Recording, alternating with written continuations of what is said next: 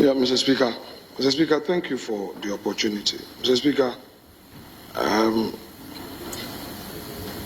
further to statements are made in respect of some actions at the residence of the former Finance Minister, Mr. Ken Ofori-Atta.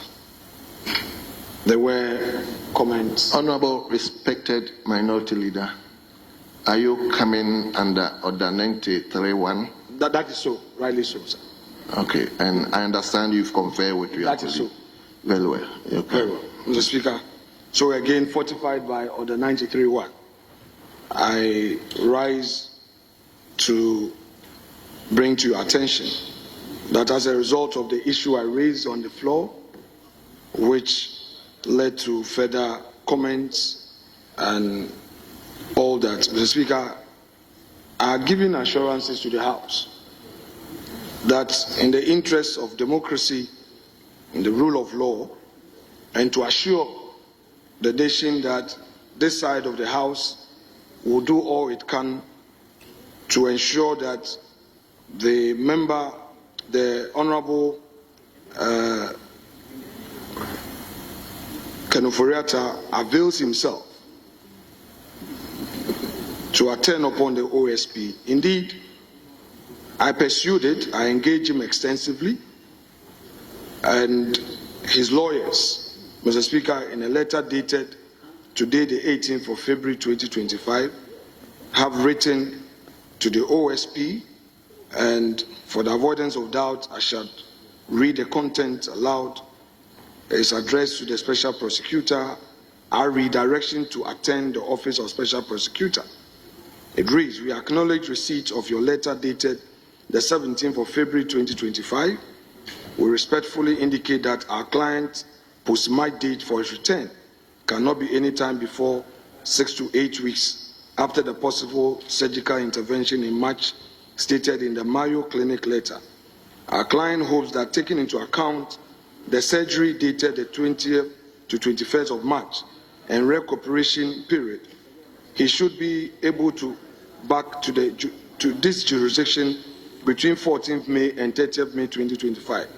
We hope you find this date reasonable and same can guide your office in fixing a date for the in-person attendance of our client to your office for investigation. Having clarified the purpose and length of our client's absence, Leader, we hope that the tag of a Leader, wanted person. Hold on, please. Yes, my Majority Leader. Mr. Speaker, what the Minority Leader is doing is conveying a communication from the lawyers of Honorable Ken Ofori-Atta to this House. Mr. Speaker, the rules of this House are clear on communications. If you go to Order 65, it is clear on communications to the House. Who qualifies to communicate to the House and who qualifies to convey the communication to the House? They are clearly spelled out in Order 65, and I think that what he's attempting to do is to convey a communication by the lawyers of Ken Ofori-Atta to this House, which is clearly wrong. Mr. Speaker, it is clearly wrong to attempt to be the conveyor of communication from Ken Ofori-Atta's lawyers to this House. I think that it is not acceptable, and we cannot accept communication from the lawyers of Ken Ofori-Atta to this House. He is not a member of this House. He is not a Minister of State. And so there's no basis for this House to be receiving communication from the lawyers of Ken Ofori-Atta. We haven't summoned him before any of our committees. He is not to appear before a committee. We are not investigating him. So on what basis is his lawyers communicating to us when he will come to Ghana, when he will not come to Ghana? So, Mr. Speaker, there is no basis for the communication to this House of the whereabouts of Ken Ofori-Atta. And he is not qualified to convey that message to this House. And this House cannot properly receive that message. So I object to that communication being made to this House about the whereabouts of Ofori-Atta and when he will come to Ghana. I think the matter is between him and the Office of Special Prosecutor. Let him deal with them. This House is not interested in when he will come and when he will not come. So I object to this communication being made. He can step outside and organize a press conference and tell the whole country what Ken Ofori-Atta is saying, but not to this House. So, Mr. Speaker, our orders are very clear. I object. I object. Well, I understand he conferred with you. Probably didn't get to know the details of it, but that's the from I understanding. Mr. Speaker, I agree to the terms of his objection. I wanted to do what we call elucidation, but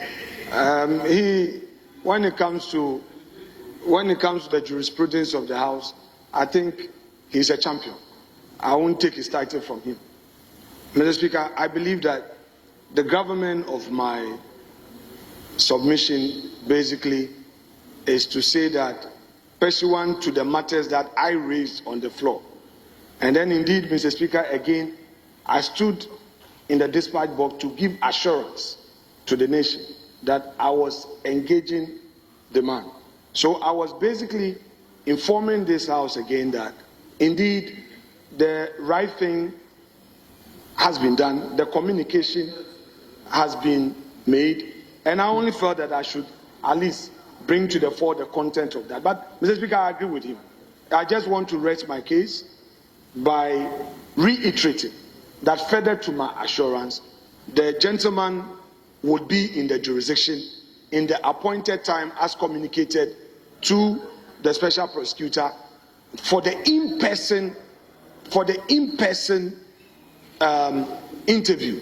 However, he again assures his countrymen and women that should it be that they would need him via technology, he would also be available. Mr. Speaker, I'm saying this because this matter came to the floor.